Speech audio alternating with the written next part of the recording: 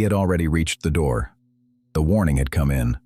The fire on the water was visible from the window of the Richmond rail yard dispatch office, and Vincent Coleman knew exactly what it meant. He was steps from safety. Then he stopped. There was a passenger train, the Intercolonial Railways No. 10, running toward Halifax from Rockingham, due at the Richmond depot in minutes. The people on board did not know. Coleman turned back to his telegraph key, sat down, and began to tap. That decision is why we are still saying his name. Halifax, Nova Scotia, December 6, 1917. The city sits at the edge of one of the deepest ice-free natural harbors in the world. During the First World War, it is the primary staging port for Allied convoys crossing to Europe. Ships arrive constantly: munitions, horses, men, supplies. The harbor is busy beyond any peacetime measure. The Narrows, the thin channel connecting the outer harbor to the Bedford Basin, sees traffic every day that would have been unthinkable a decade before. Into this compressed wartime geography, two ships are now moving toward each other. The first ship was the SS Mont Blanc, a French munitions freighter out of New York. She was carrying approximately 2,900 tons of wet and dry picric acid, 200 tons of TNT, 35 tons of high-octane benzol stored in drums on her open deck, and 10 tons of gun cotton. She carried no flag identifying her as an explosives vessel, standard wartime protocol to avoid being targeted by submarines. Her captain was Aimé Lemedec. Her cargo manifest was classified. Most people she passed in that harbor had no idea what she held. That detail matters. It matters enormously. The second ship was the SS Imo, a Norwegian vessel chartered by the Belgian Relief Commission to carry humanitarian aid. She had been held in the harbor the previous day, waiting for a fuel delivery that ran late, and was now running behind schedule. Her captain, Håkon From, wanted to make up time. Accounts of what happened next differ in their details, but the broad sequence is documented in the subsequent inquiry. The Imo was moving faster than conditions in the Narrows warranted. She was on the wrong side of the channel, and no one with authority to stop her did. The harbor pilot aboard the Mont Blanc was Francis Mackey.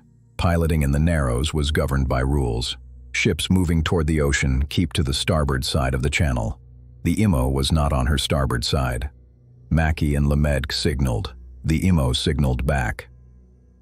There were 3 exchanges of whistle blasts, a dispute, conducted in maritime code, at slow speed, in a confined channel, between a ship carrying the most explosive cargo ever assembled in one hull and a ship in the wrong lane. The pilots communicated. The situation was identified, and the collision happened anyway, at approximately 8:45 in the morning. The Imo struck the Mont Blanc on her starboard bow. The impact was glancing, not catastrophic in itself, but it was enough to rupture the benzol drums on the open deck. Fuel sprayed across hot metal. Fire started almost immediately. The Mont Blanc's crew knew what was below them. They launched the lifeboats and rowed hard for the Dartmouth shore. They did not have time to warn the people watching from the Richmond waterfront, many of whom had gathered at windows and doorways, curious about the burning ship drifting slowly toward Pier 6. The crew reached shore. They survived. The people watching did not.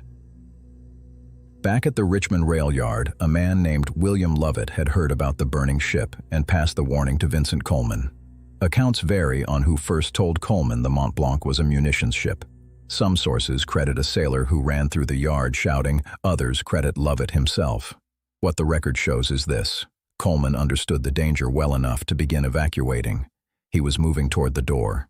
Then he remembered train number 10. The Intercolonial Railway's morning passenger service from Rockingham was approximately 2 minutes from the Richmond depot. Coleman went back. The message Coleman tapped has been reconstructed from the receiving operator's records. The most cited version reads, "Hold up the train. Ammunition ship afire in harbor making for Pier 6 and will explode. Guess this will be my last message. Goodbye, boys." The operator at the Rockingham end received it. Train number 10 was stopped. The passengers survived. At 9:04:35 a.m., the Mont Blanc detonated. The explosion remains the largest accidental man-made explosion in recorded history prior to the nuclear age. The pressure wave shattered windows 50 miles away. The Richmond neighborhood, where Coleman's office stood, was erased. The Halifax explosion killed approximately 2,000 people. Nearly 9,000 more were injured. Around 1,600 homes were destroyed outright. The blast generated a tsunami that struck the Dartmouth waterfront. A subsequent blizzard buried the ruins under 16 inches of snow. It was the worst disaster in Canadian history. The subsequent inquiry, the Drysdale Inquiry, attempted to assign blame. It initially blamed pilot Francis Mackey and Captain Lemaitic.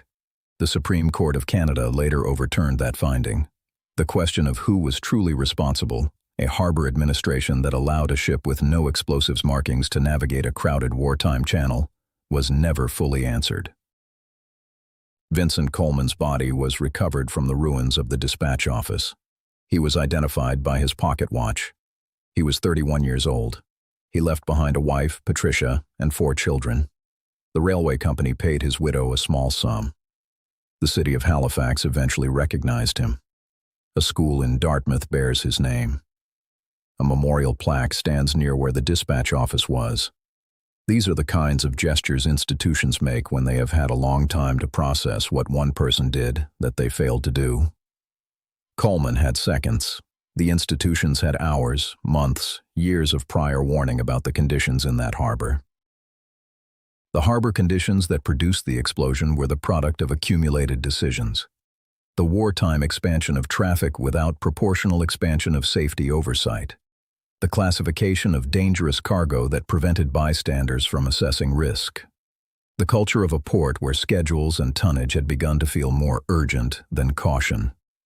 Historians who have studied the Drysdale Inquiry transcripts note that multiple officials were aware of congestion and speed violations in the Narrows in the months before December 1917. Reports were filed. The reports moved through channels. Nothing changed in time. This is not unusual. It is, in fact, how most disasters are assembled.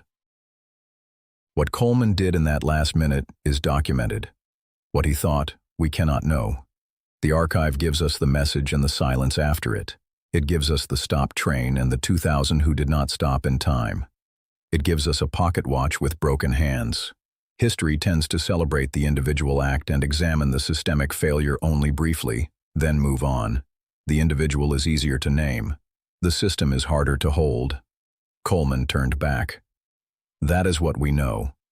Whether the people and institutions with far more time and authority might also have turned back, that question belongs to every port, every harbor, every chain of command that has ever chosen habit over alarm. The next story is closer than you think.